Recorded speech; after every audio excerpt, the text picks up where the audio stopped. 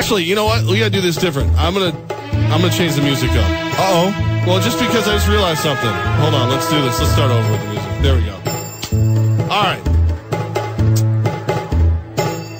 Little out of my element, quite literally. It is Monday. Every Monday at 4 o'clock on Levack and Goz, we do a segment called Monday Mirages. Goz has gone through the sports news from the week and the weekend and said, some of these things don't exactly add up to me. And then we will help him decide whether they're real, meaning that get used to it, it's going to keep happening, or Mirage, it'll never happen again. Now, Roger doesn't play this game, so if you like it, come join us at 4. But always listen to Roger Wild and Big Board Sports, 10 to noon right here on the team. Real or Mirage? The win yesterday by the New York Yankees over the Boston Red Sox was the best win of the season for the Bronx Bombers.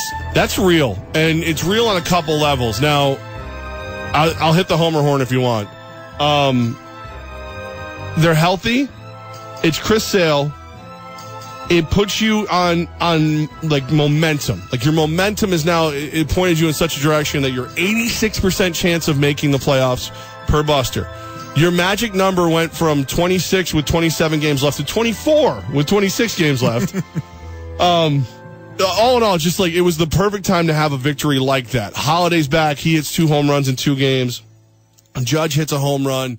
Frazier hits home. Like, it was the perfect way to win that game for the Yankees moving forward. And I get it's Red Sox, Yankees, but last night really felt like a postseason game. Yes. There have been other times in the season where they've played each other. There have been other Sunday night games where you felt like, wow, that crowd is so into the game. But last night, the shots that they were showing, at least from the television side, of Yankee fans going nuts and cheering on Severino. From the radio side of it, you could almost hear the background noise of Yankee fans going crazy. It felt so good for Yankee fans last night. And you beat up on the Red Sox, and you have everything go your way. You touched on taking down Sale. Severino looks better than I've seen him all season long. He looked dominating. There's some clips online of how much Severino was blowing by guys, like Rafael Devers, who like looked like a little leaguer who kind of just like swung at the end to make himself not look bad. It is the best win, I think, it is, for the Yankees this season. Taking down the rival at home in September. Yes. Great win for the Yankees last night. The Severino point was one, I think, because now if you're a Yankee fan and you're a Yankee teammate, like you said earlier today, you got to one game, you got to win it. Severino walks down to that mound, you feel pretty good about it. Girardi, during the game, called him the ace.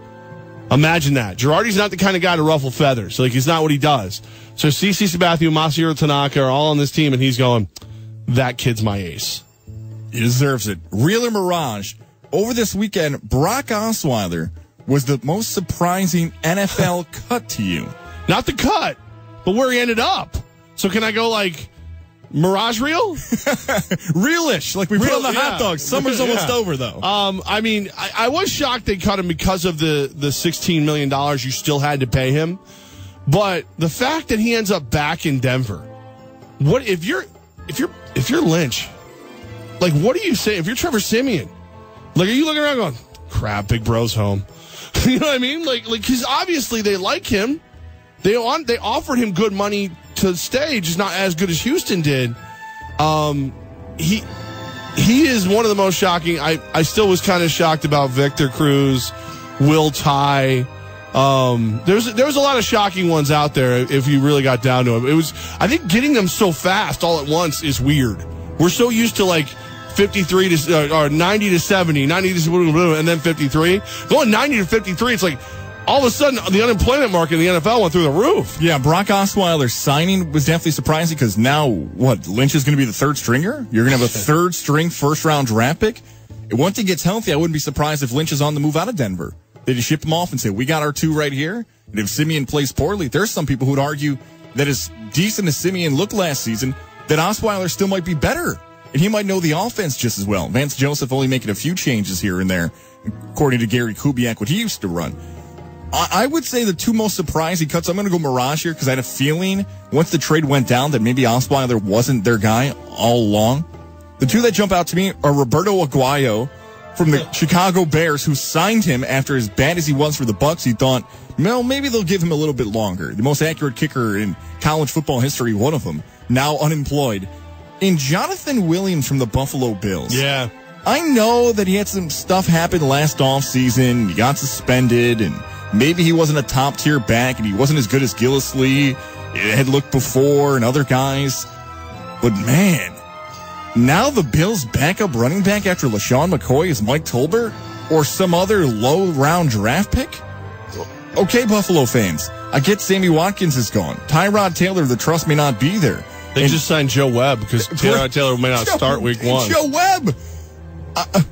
I'm at a loss almost at times for Buffalo. I get Jonathan Williams is not the next incarnation of Eric Dickerson, but still, it definitely surprised me for someone still young in his career. Well, and he was the guy when Gillislee went to New England. He was the guy that your Buffalo Bills insiders, Sal Capaccio, Mike Rodak, whoever went, they got Williams. Okay, now they don't.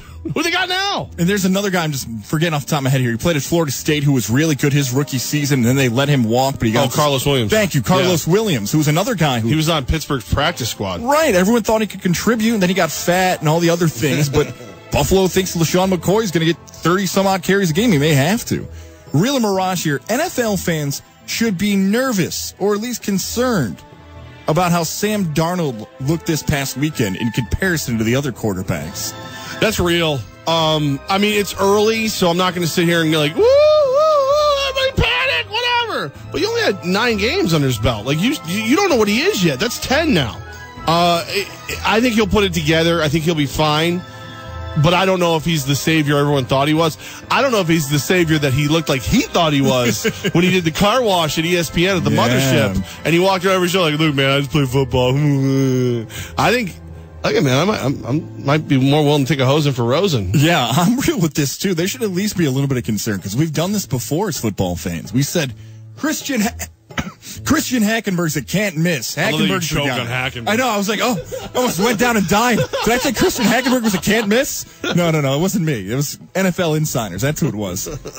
Matt Barkley, no doubt, number 1 pick. Right. Okay, those Leinart. guys. Right. At least Leinart, I had some national championship. Reggie Bush, I can get the Leinart one a little bit. Jamarcus Russell. Okay, that one a little bit tougher.